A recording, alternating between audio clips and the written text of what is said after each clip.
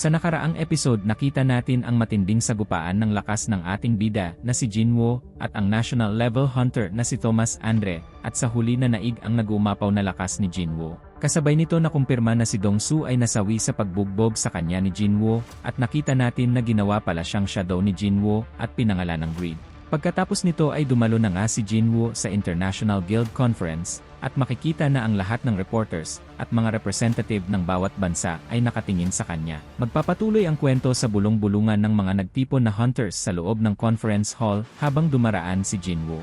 Usisa ng isa sa mga ito kung si Jinwoo ba ang Asian hunter na bumugbog kay Thomas Andre at halos mapatay na.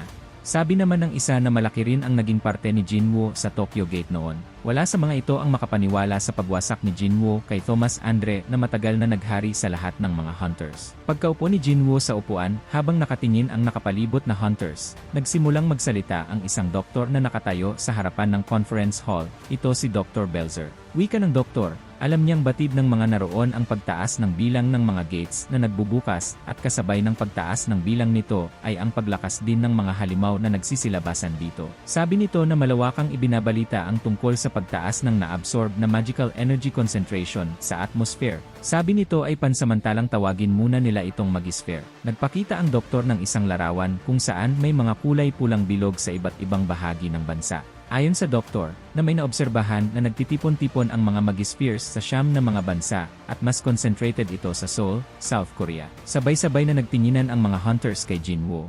Inawat ng doktor ang mga ito at sinabi ay hindi na kailangan tingnan si Jinwoo dahil kung ito ang gumagamit ng mga magisphere ay malamang lagpas na ito sa realm ng hunters. Naisip ni Jinwoo na maaaring kaugnay ng siyam na lugar na nabanggit ng doktor ang bilang ng mga monarch. Muling nagsalita ang doktor at sinabi na hindi pa man alam kung paano sosolusyonan ang tungkol sa abnormal na aktibidad ng magispheres ay hindi ibig sabihin ay hindi na ito sosolusyonan.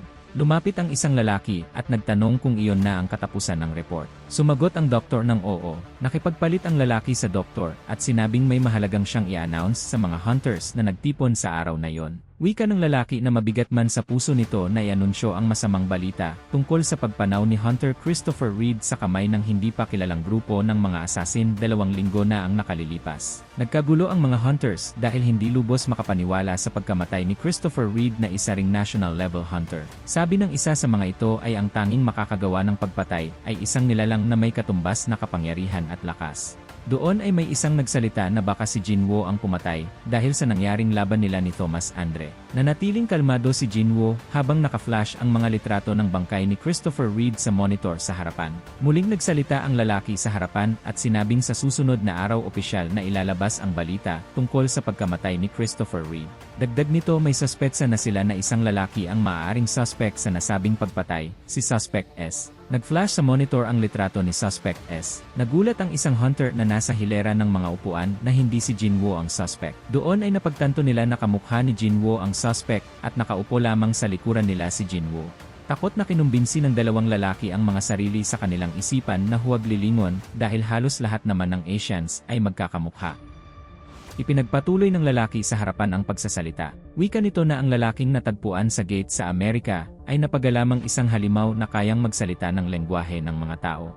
Dagdag nito, hiniling nila ang tulong mula sa S-rank hunter na si Hwang Dongsu na nagsasalita ng Korean para mamuno sa pag-imbestiga pero tinalo lamang ng nasabing halimaw si Hwang Dongsu sa gitna ng interogasyon at sinunog ang Hunters Association headquarters. Masyadong makapangyarihan ang halimaw kaya nagawang talunin si Hwang Dongsu na main force ng Scavenger Guild kaya malaki ang tsansa na ito ang pumatay kay Christopher Reed. Makikita ang pagkagulat ni Jinwoo nang mag-flash sa screen ang litrato ng pakikipag-usap ng halimaw kay Hwang Dongsu. Nagsalita bigla si Greed ng huling mga salitang binitawan ng halimaw na hindi siya makararanas ng pahinga kahit sa kamatayan kapag nagpunta siya ng Korea. Napagtibay ni Jinwoo na ang lalaking wanted sa pagpatay kay Christopher Reed ay ang kanyang ama. Nagpatuloy sa pagsasalita ang lalaki sa unahan at sinabing plano ng association na hingin ang tulong ng lahat ng guild sa buong mundo para mahuli si Suspect S at lahat ng hunters na naroon ay dapat tawagan sila sa oras na makita ang hinahanap. Nagtaas ng kamay ang isa sa mga hunters at tinanong kung may pruweba ba na si Suspect S ay hindi tao. Sumagot ang lalaki sa unahan at sinabing nagtutugma ang magic emission sa isang halimaw. Mga bro, 1,899 likes ang goal natin sa video na ito. Nakaka 20,000 views ang videos natin. isang like nyo lang ang kailangan ko. Paabutin nyo ng 1,899 likes ang video na ito, at ilalabas ko na din agad yung kasunod na episode. Kayo na lang ang hinihintay ko, bilisan nyo at mag-like na kayo. Subscribe na din kayo sa iba pa natin channel, libre lang ang content natin, kaya hinihingi ko ang suporta nyo. Sunod na itinanong kung bakit hindi ipaalam sa kanila ang pagkatao ng tinutukoy ng halimaw. Malungkot na sumagot ang lalaki sa harapan at sinabing kaya hindi nila mailabas ang impormasyon tungkol sa halimaw ay dahil konektado ito sa isa sa mga hunters na kasama nila ngayon sa hall. Mula sa pinakadulong hilera ng mga upuan ay may nagtaas ng kamay. Ito pala ang representative ng China na 7-star hunter na si Liu Zigang. Wika nito kung hindi ba mas makatutulong sa paghahanap nila kung ilalabas ang impormasyon sa pagkatao ng halimaw. Dagdag pa ni Liu Zigang, dapat direktahin niya ang tanong kung ano ang relasyon ni Jinwo sa nasabing halimaw. Napayuko ang chief, sinabing kung gusto talaga ni Hunter Liu na malaman, wala na itong magagawa. Wika nito na sa interogasyon ay nasabi ng suspect na siya ang ama ni Jinwo. Nagbulungan ang mga hunters sa gulat. Nagsalita muli si Liu Zigang at tinanong si Jinwo na kung ang suspect ay mapatunayan na kanyang ama talaga at hinuli ng mga hunters, ano ang gagawin niya? Sagot ni Jinwo na tama lang na hulihin ng mga hunters ang mga halimaw at kung mapatunayan na ang suspect ay isang ang halimaw, siya mismo ang huhuli rito. Sinundan ni Liu Zigang ang tanong na paano kung hindi ito halimaw at ama pala talaga ni Jinwo ito. Matapang na sinabi ni Jinwo na poprotektahan niya ang kanyang pamilya, kahit pa maging kaaway niya ang lahat ng hunters sa buong mundo. Natapos ang conference at magkasabay na naglalakad sina Jinwo at si Mr. White. Tinanong ni Mr. White kung seryoso ba si Jinwo sa sinabi. Walang pag-aalinlangang sumagot si Jinwo ng oo. Napangisi ang lalaki. Wika nito na dalawa lamang ang kilala niyang kayang magsalita ng ganon sa harap ng 500 pinakamalalakas na mga hunters sa buong mundo, at isa na si Jinwo roon at ang isa ay si Thomas Andre na nasa ospital. Binago ni Mr. White ang usapan at sinabi kay Jinwo na may salo-salo ilang sandali lamang. Natigilan si Mr. White sa pagsasalita nang lumabas si Liu Zigang kasama ang mga tauhan nito. Tumigil si Liu Zigang sa harapan ni Jinwo at nagsalita ng lengguaheng Chinese. Hindi nauunawaan ni Jinwo ang sinasabi nito, buti na lamang ay marunong si Mr. White at ipinaliwanag na nakatalo si Liu Zigang ng malaking halimaw na hinayaang maanod ni Jinwo sa tabing dagat ng China. Namangha si Jinwo na marunong si Mr. White na mag-Chinese. Sabi nito ay in charge siya sa Asia branch, kaya marunong siya magsalita ng halos lahat ng mga lengguwahe. Kaya't inutos ni Jinwo na ipagpatuloy ang pag-translate ng mga sinasabi ni Liu Zigang. Malugod na sumunod si Mr. White at sinabi na nagulat si Liu Zigang na malakas ang giant monster kumpara sa inasahan at mas mahirap ang naging laban sa tubig. Kaya matagal na inasam ni Liu Zigang na makilala si Jinwo dahil gusto nitong makilala ang hunter na nakapatay sa ganong kadaming halimaw. Inilahad ni Liu Zigang ang kamay nito para makipagkamay kay Jinwo. Sabi ni Mr. White kay Jinwo na masaya rin si Liu Zigang na tinuruan niya ng leksyon si Thomas dahil naniniwala ito na mali si Thomas. Napasabi si Jinwo sa isipan na ang unang impresyon niya kay Liu Zigang ay masungit na lalaki ito pero interesante pala ito. Ngumisi si Liu Zigang at muling nagsalita. Nagulat ang kasamang lalaki ni Jinwo at sinabing umaasa si Liu Zigang na sana si suspect S ay hindi niya pamilya. Pagkatapos ay umalis na si Liu Zigang. Habang pinapanood ang pag-alis ni Liu Zigang ay nagsalita si Mr. White. Wika nito, walang balak si Liu Zigang na makipaglaban kaya maaring wala talaga itong masamang intensyon.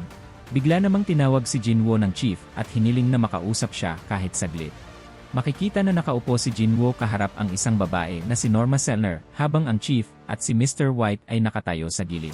Wika ni Norma Selner, matagal na rin na hindi sila nagkikita. Saglit na napatanong si Jinwo sa isipan kung ano ang kailangan sa kanya ng upgrader na si Norma Selner bago sumagot na hindi niya inaasahan na makikipagkita pa ito sa kanya. May bahid ng lungkot ang mga mata ni Norma Selner nang ibahagi na nagkakatotoo na ang panaginip nito tungkol sa isang pagpatay sa mga top hunters. Tinanong ni Jinwo kung tungkol ito kay Christopher Reed.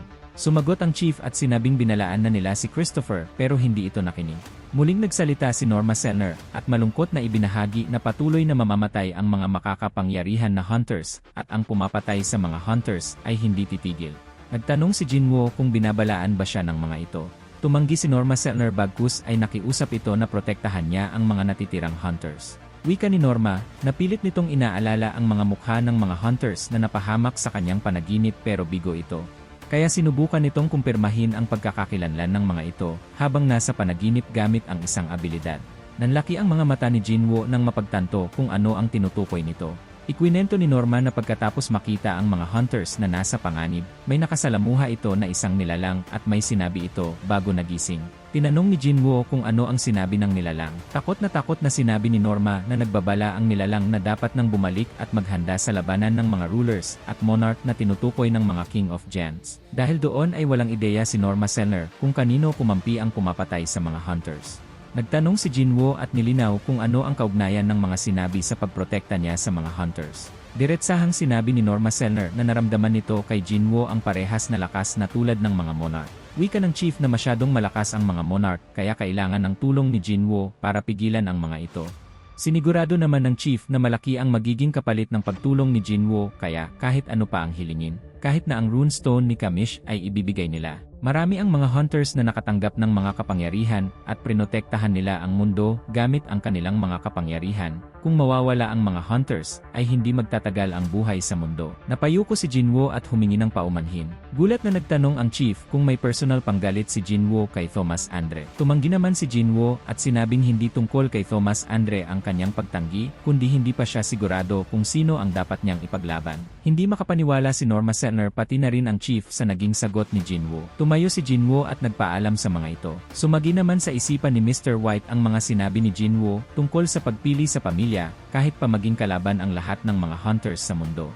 Biglang tumigil sa paglalakad si Jinwoo at tinawag ang pangalan ni Mr. White para hingin ang listahan ng mga hunters na gusto nilang protektahan niya. Agad namang sumang-ayon si Mr. White na makikita ang labis na kasayahan. Magpapatuloy ang kwento sa huling araw ng International Guild Conference na inihanda ng Hunters Association, ang The Night of the Hunters. Magkasabay na dumating si Jinwoo at Jinho. Kinamusta ni Jinwoo si Jinho. Masigla nitong sinabi na maayos na ang kalagayan. Pero bigla na lamang itong naging emosyonal nang malamang ipinagtanggol siya ni Jinwoo kay Thomas Andre na tinaguriang The Goliath. Napatingin ang tatlong mga kalalakihan dahil sa ingay ng pag-iyak ni Jinho. Wika ng isa na kahit nasa harapan na nila si Jinwoo, ay hindi nila naramdaman ang presensya nito. Sabi naman ng isa ay nasa ibang level na si Jinwoo. Hindi na nakatiis ang isa at nakangiting lumapit kay Jinwoo para magpakilala bilang CEO ng Global Corporation na nag-aasikaso ng mga bangkay ng mga halimaw. Hiniling nito na makipag-usap kay Jinwoo para bilhin ang lahat ng mga napatay na mga dambuhalang halimaw. Masayang tinanggap ni Jinwoo ang alok at sinabing si Jinho ang bahala. Agad na nagpakilala si Jinho bilang Vice Chairman ng Ahjin Guild. Masayang pinapanood ni Jinwoo na makipag-usap si Jinho sa kliyente. Proud siya na natututo na ito na maging Vice Chairman.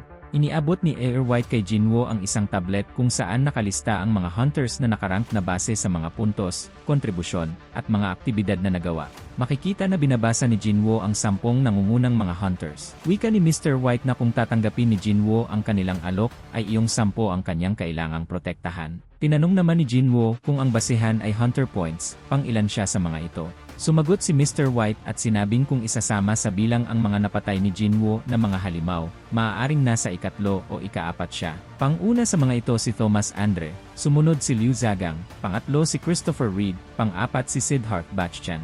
Pero tumigil si Jinwoo sa panglima at napagdesisyonan na lagyan na lamang ang bawat isang naroon ng Shadow Soldier kaysa kabisaduhin isa-isa ang mga pangalan nito. Sa pamamagitan ng mga Shadow Soldiers ay malalaman niya ang mga dapat niyang protektahan at kung sino ang kanyang mga kaaway. Samantala, makikita ang pagdating ng isang lalaki. Ang lalaking bagong dating ay si Thomas Andre pala. Agad itong lumapit kay Jinwoo at inilahad ang injured na braso at sinabing malala ang natamo nitong damage mula sa magic power ni Jinwoo at hindi kayang pagalingin ng healer. Sa pinamalas na lakas ay kayang-kaya ni Jinwoo na patayin ang kanyang guild kahit mag-isa. Pero sa kabila ng mga nangyari ay wala ni isa ang namatay maliban kay Huang Dongsu na nagpasimula ng lahat. Tinanong ni Thomas kung bakit hinayaan silang mabuhay. Maiksi ang naging tugon ni Jinwoo habang nakatingin kay Thomas. Wika ni Jinwoo, hindi ito nakagawa ng kasalanan na nararapat ang kamatayan bilang parusa. Naglakad palayo si Thomas Andre at ipinaalam kay Jinwoo na bibigyan ng maayos na libing si Huang Dongsu. Dagdag pa nito na kapag gumaling na ang braso ay gusto nitong kumain kasama ni Jinwoo. Ibigay na lamang niya ang contact information sa manager para matawagan. Nang makalayo si Thomas Andre ay yumuko si Laura, ang manager ni Thomas, at sinabing nagpapasalamat si Thomas Andre dahil hindi sinaktan ni Jinwoo ang guild members nito. Sabi pa nito ay kahit matapang ang itsura ni Thomas, mahiyain talaga ito. Magalang nitong hiningi ang contact information ni Jinwoo dahil may regalong gustong ibigay bilang pasasalamat pero tumanggi si Jinwoo. Sabi pa ni Laura ay kahit anong gusto ni Jinwoo, ibibigay nila. Wala nang nagawa si Jinwoo kundi ang pumayat. Nag-isip si Jinwoo at sinabing kutsilyo na lamang na pwedeng magamit sa pakikipaglaban. Muling yumuko si Laura at pinagpasalamat ang paghiling ni Jinwoo ng kutsilyo. Naglakad palayo si Laura. Niyaya ni Mr. White si Jinwoo na kilalanin na ang mga nasa listahan, pero tumanggi si Jinwoo dahil hindi na kailangan. Tinanong ni Jinwoo si Mr. White kung may nawawala bang tao, dahil wala siyang nakitang pang-anim na hunter. Nagulat si Mr. White dahil ayon rito ay nawalan na sila ng contact sa pang-anim na hunter ilang araw bago ang conference. Napaisip si Jinwoo na kung patay na ang rank 6, 7 high-priority hunters na lamang ang natitira. Samantala, sa Hunters Headquarters sa Korea, makikita si President Go Gun-hee sa opisina nito na nakaupo at malalim ang iniisip. Napahawak ito sa dibdib at napaisip na may nangyayaring hindi tama dahil hindi tumitigil ang kanyang puso sa pagtibok ng abnormal. Batid nito na ilang taon na rin niyang napapansing may mali sa kanyang puso, pero lalo lamang itong lumalala sa mga nakaraang araw. Nag-aalala ang presidente na baka ito na ang kanyang limit. Sa mga sandaling iyon ay handa na sanang tanggapin ng presidente ang kapalaran ng tumunog ang telepono. Tawag ito mula sa kanyang asawa. Agad na nagtanong ang asawa kung ayos lamang ito. Natawa ang presidente at napasandal sa upuan.